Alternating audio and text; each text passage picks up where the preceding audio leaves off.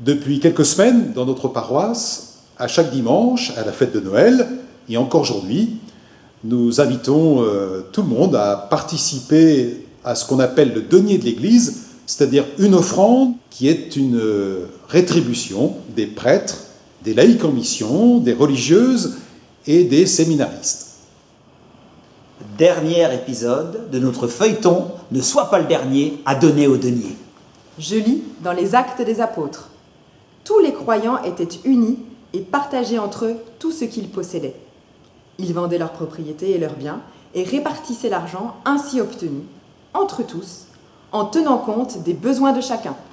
Mais de qui parle Saint Luc dans les Actes des Apôtres ? Mais de notre paroisse, bien entendu.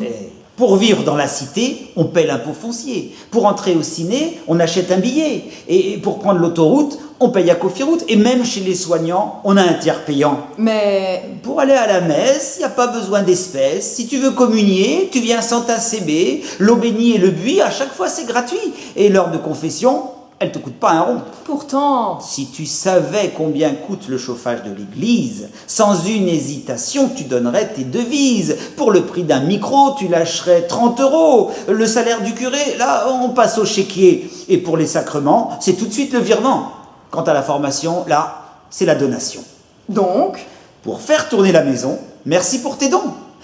Ne sois pas le dernier à donner au denier.